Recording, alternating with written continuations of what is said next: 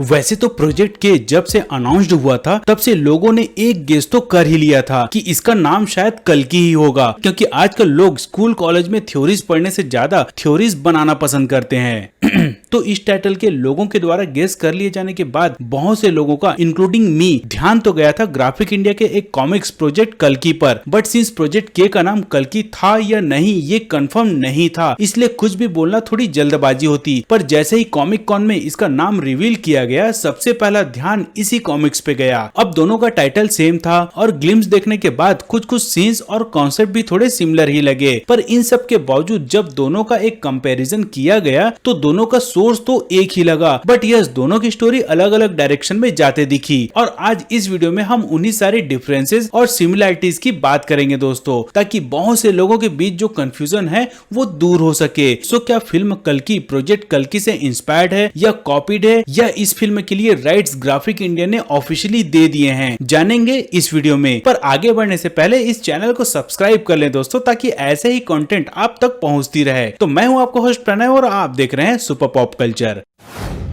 तो सबसे पहले अगर ग्राफिक इंडिया के प्रोजेक्ट कल्कि के स्टोरी की बात करें तो इसकी स्टोरी शुरू होती है 1874 से, जब एक साइंटिस्ट को भगवान श्री राम के हेयर का एक टुकड़ा मिल जाता है। पर इससे पहले कि वो उसे सुरक्षित रख सके, एक असुर जो अपने आप को द लास्ट असुर मानता है और जिसका नाम काली होता है, वो उसे छीन लेता है और उसे मार देता है। वैसे ये अपने आप को द लास्ट असुर इसलिए बोलता है क्योंकि समुद्र मंथन के दौरान जब उसमें से अमृत निकलता है तो उसके लिए देवों और असुरों के बीच युद्ध छिड़ जाता है, और जिसमें असुर हार तो जाते हैं पर वो अपने एक अंश से एक और असुर बना लेते हैं जो अमर रहता है, और इसीलिए वो आज तक जिंदा है। श्री राम के अंश मिलने के बाद वो एक ऐसे साइंटिस्ट की तलाश करता है जो उसकी हेल्प कर सके उसका क्लोन बनाने के लिए। पर उस वक्त टेक्नोलॉजी उतनी एडवांस नहीं थी, इसलिए वो बस सही समय का वेट करता रहा। फिर फाइनली 1996 में उसे डॉक्टर श्यामा भल्ला के बारे में पता चलता है, जो ये क्लेम करती है कि वो ह्यूमन क्लोन बना सकती है। और डॉक्टर श्यामा भल्ला के बारे में जब काली को पता चलता है तो वो उस देववंश को लेकर उसके पास चला जाता है और उससे वो क्लोन बनाने की हेल्प मांगता है। हालांकि डॉक्टर श्यामा पहले तो उसे मना करती है, मगर काली उसे डराकर अपने काम के लिए राजी करवा लेता है। फिर डॉक्टर श्यामा उस हेयर से डीएनए निकालकर उसका क्लोन बनाने का काम शुरू करती है। पर बहुत से अटेम्प्ट और बहुत सारे अवतार बनाने के बाद फाइनली वो एक परफेक्ट क्लोन बनाने में कामयाब हो जाती है। पर उसकी ग्रोथ इतनी तेजी से होती है कि वो महज कुछ हफ्तों में ही एक बच्चे से यंग मैन बन जाता है, जिसका नाम वो रामा या राम अवतार रखती है।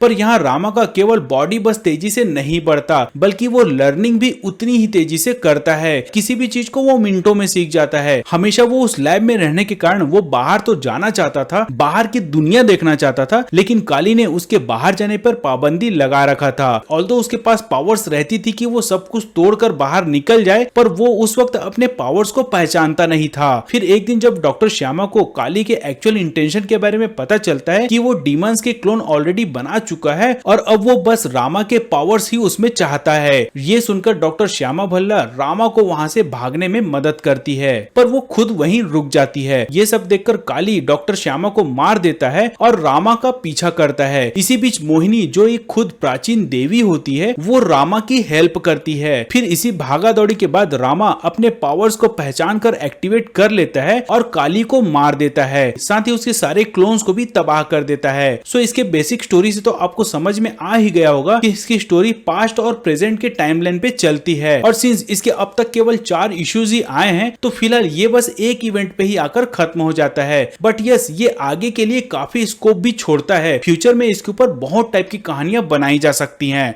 अब इसके बेस पे ही थोड़ा अगर फिल्म प्रोजेक्ट के की बात करें तो टीजर और अब तक के इंफॉर्मेशन के हिसाब से ये एक्चुअली में 3 टाइमलाइन पे चलता है, पास्ट, प्रेजेंट और फ्यूचर, जिसमें ऑब्वियसली फ्यूचर का वेटेज थोड़ा ज्यादा ही रहेगा। बट अगर बेसिक कॉन्सेप्ट की बात करें तो यस, वो इस कॉमिक्स की तरह ही हो सकता है, जिसमें मोस्ट प्रोबेबली कमल हासन वो मेन डीमन हो सकता है, जिसे टीजर में दिखाया तो नहीं गया है, पर इस सीन में हम यहाँ देख सकते हैं कि क्लोनिंग जैसा ही कुछ चीज किया जा रहा है, जो हो सकता है कि डे 1 देववंश द्वारा ही किया जा रहा हो, जो मोस्ट प्रोबेबली इस ओल्ड मंदिर के अंदर से मिला होगा, लाइक ये कॉमिक्स। और हम टीजर में भी देख सकते हैं कि कैसे वो इस ओल्ड टेम्पल को कैप्चर कर रहे हैं, पर इसे शायद थोड़ा सा स्पिन भी किया गया है। इसकी कहानी मे भी रिवर्स ऑर्डर में चलेगी, मींस पहले फ्यूचर से कहानी स्टार्ट होगी, जिसमें वो एडवांस डिमन पास्ट में जाकर उस देववंश को कलेक्ट करते हैं, जिसकी रक्षा वहां अमिताभ बच्चन करते हैं, जिसे ऐसा बोला जा रहा है कि वो इसमें अश्वत्थामा का रोल कर रहे हैं। वैसे वो डिमन आर्मी न केवल देववंश बल्कि लोगों को भी बंदी बनाकर अपने साथ फ्यूचर में ले जाते हैं, जिनका यूज वो मे भी अपने एडवांस टेक्नोलॉजी के बदौलत क्लोनिंग करने के लिए करेंगे। और प्रभास भी शायद वही क्लोन रहता है, बट सिंस प्रभास के अंदर देव अंश ही रहता है, इसलिए वो बुरे लोग का क्रिएशन होकर भी उनके खिलाफ लड़ता है। बट ये तो कल्कि की ओरिजिन मात्र है, पर टीजर के हिसाब से फिल्म की स्टोरी बहुत ही अलग अलग टाइप की फील देती है। मींस कोई इसे ड्यून से भी इंस्पायर्ड बता रहा है, तो कोई इसे स्टार वॉर, तो कोई इसे मैड मैक्स बता रहा है। और सिंस इसके और भी पार्ट्स आने वाले हैं, तो हो सकता है फिलहाल इसमें किसी एक स्टोरी को ही दिखाएंगे और बाकी लाइक ओरिजिन स्टोरी इसके नेक्स्ट पार्ट के लिए रखेंगे। सो ये तो था दोस्तों स्टोरी की बात, जिससे मे भी काफी लोगों को क्लियर हो गया होगा कि दोनों का कॉन्सेप्ट सेम जरूर है, बट टाइमलाइन और स्टोरी लाइन दोनों अलग हो सकते हैं। और ये तो सब जानते हैं कि किसी भी हिस्ट्री, मैथोलॉजी या ट्रू इवेंट पे कोई भी कॉपीराइट क्लेम नहीं कर सकता। कोई भी इन टॉपिक्स पे फिल्म, कॉमिक्स या टीवी सीरीज बना सकता है, जस्ट लाइक थॉर, हमारे रामायण या फिर महाभारत। हाँ, ये अलग बात है कि कुछ लोग इस चीज का बहुत ही बुरा फायदा भी उठा लेते हैं। टी सीरीज एंड टीम, अब अगर उस पॉइंट पे आ जाते हैं जिसमें ये बोला जा रहा है कि इस प्रोजेक्ट में खुद ग्राफिक इंडिया भी इन्वॉल्व है, तो उन्हें बता दूं कि ऐसा बिल्कुल भी नहीं है, जिसका सबसे बड़ा रीजन है कि ग्राफिक इंडिया खुद इस पे एक वेब सीरीज प्लान कर रहा है हॉलीवुड के किसी स्टूडियो के साथ मिलकर। तो डेफिनेटली एक ही कॉन्सेप्ट में वो दो अलग अलग जगह इन्वेस्ट नहीं करेगा। तो ओवरऑल ये था दोनों कल्कि की कहानी। होप सो अब आपके भी काफी सारे डाउट्स क्लियर हो चुके होंगे। तो इसके साथ ही आज का वीडियो मैं यही रोकना चाहूंगा दोस्तों। वीडियो पसंद आया होगा तो लाइक और चैनल को सब्सक्राइब जरूर करें। तो मिलते हैं अगले वीडियो में, तब तक के लिए tata, bye bye and take care.